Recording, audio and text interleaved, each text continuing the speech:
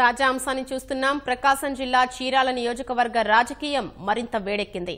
MLA Amanchi Krishnamohan వైకాపాలో చేరతారని తెదేపాకు సమాచారం అందింది. చీరాల వెళ్లి పరిస్థితి సమీక్షించాలని సీనియర్ నేత కరణం బలరాంను అధిష్టానం ఆదేశించింది. ఇవాళ బలరాం చీరాల వెళ్లి స్థానిక నేతలతో సమావేశం కానున్నారు.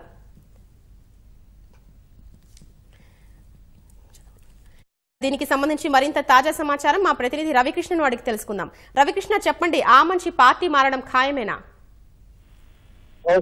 ప్రకాశం జిల్లాలో కీలకమైన నియోజకవర్గం చీరాల నియోజకవర్గం నుంచి ఆమంచి కృష్ణమోహన్ ఎమ్మెల్యేగా ప్రాతినిధ్యం వహిస్తున్నారు. ఆయన గత ఎన్నికల్లో నవతరం పార్టీ తరఫున పోటీ చేసి గెలిచారు. కొద్ది కాలంలోనే తెలుగుదేశం పార్టీలో చేరడం జరిగింది.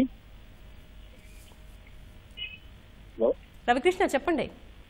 తెలుగుదేశం పార్టీలో చేరడం జరిగింది. అప్పటి నుంచి కూడా పార్టీ సంబంధించిన కార్యక్రమాలు కానీ అధికార కార్యక్రమాలు కానీ కూడా ఆమంచి అంతా తానే నిర్వహించడం జరుగుతుంది. అయితే కొద్ది రోజుల నుంచి ఆయన పార్టీ మారుతున్నారనే సమాచారం నియోజకవర్గంతో పాటు రాష్ట్రంలో కూడా ఒక చర్చనీయాంశం అయింది.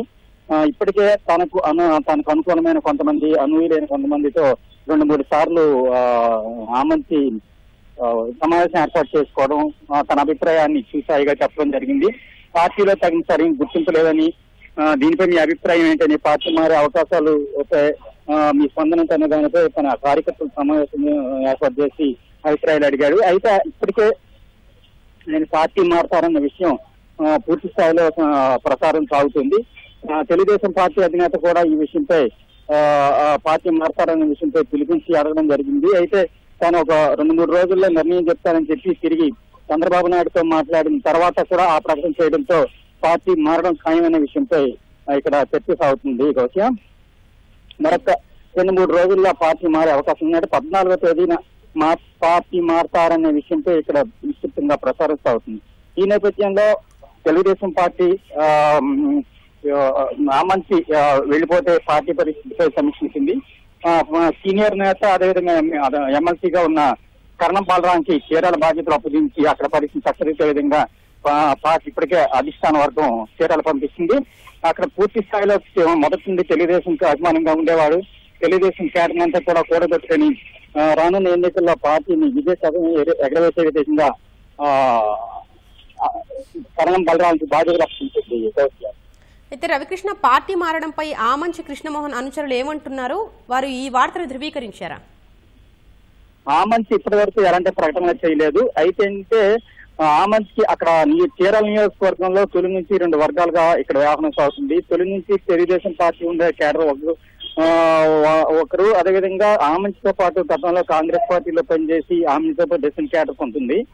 ఈ కేడర్ అంతా కూడా ఆమంచితో కాంగ్రెస్ పార్టీలో పనిచేసిన కేడర్ అంతా కూడాను ఆమంచితో వెళ్లేందుకు సిద్ధమవుతున్నట్టు సమాచారం. తెలుగుదేశం పార్టీకి సంబంధించిన కేడర్ ఎవరో కూడాను ఆమంచితో వెళ్లే అవకాశాలు కనిపించడం లేదు. ఎందుకంటే గత వారం రోజులుగా జరుగుతున్న సమావేశాల్లో కానీ కార్యకర్తల సమాలోచన కార్యక్రమం సందర్భంగా కానీ తెలుగుదేశం నాయకులు వెళ్లి తమ అభిప్రాయాలు, మీతో వచ్చేది లేదు, మేము తెలుగుదేశం పార్టీలో ఉండే పరిస్థితి ఉంది, మేము పార్టీ మారే అవకాశాలు లేదు, మీకు నచ్చినట్టు మీరు తెలుసుకోండి అన్నట్టుగా సమాధానం ఇచ్చినట్టు సమాచారం ఉంది. పాత తెలుగుదేశం కేడర్ అంతా కూడా యథావిధిగా పార్టీ కోసం పార్టీలోనే ఉండే పరిస్థితి కనిపిస్తున్నాయి. అయితే ఆయనతో పాటు కొన్ని పదవులు పొందిన వారు, అదేవిధంగా కొన్ని కాంట్రాక్ట్ పనులు పొందిన కొంతమంది పాతతరం కాంగ్రెస్ నాయకులు వంటి వాళ్ళు కూడా ఆమంచితో వెళ్లే అవకాశాలు కనిపిస్తున్నాయి. అయితే రవికృష్ణ, పార్టీ కార్యక్రమాల్లో తనకు తగినంత ప్రాధాన్యం ఇవ్వటం లేదు అని ఆమంచి ముందు నుంచి ఆరోపిస్తున్నారు. దీనిపై చీరాల తెదేపా వర్గాలు ఏమంటున్నాయి?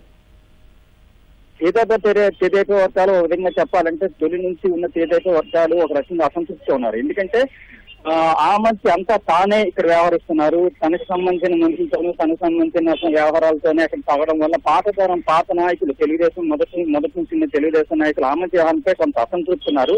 అయితే ఇంతవరకు వాళ్ళు బయటపడే పరిస్థితి కనిపించలేదు.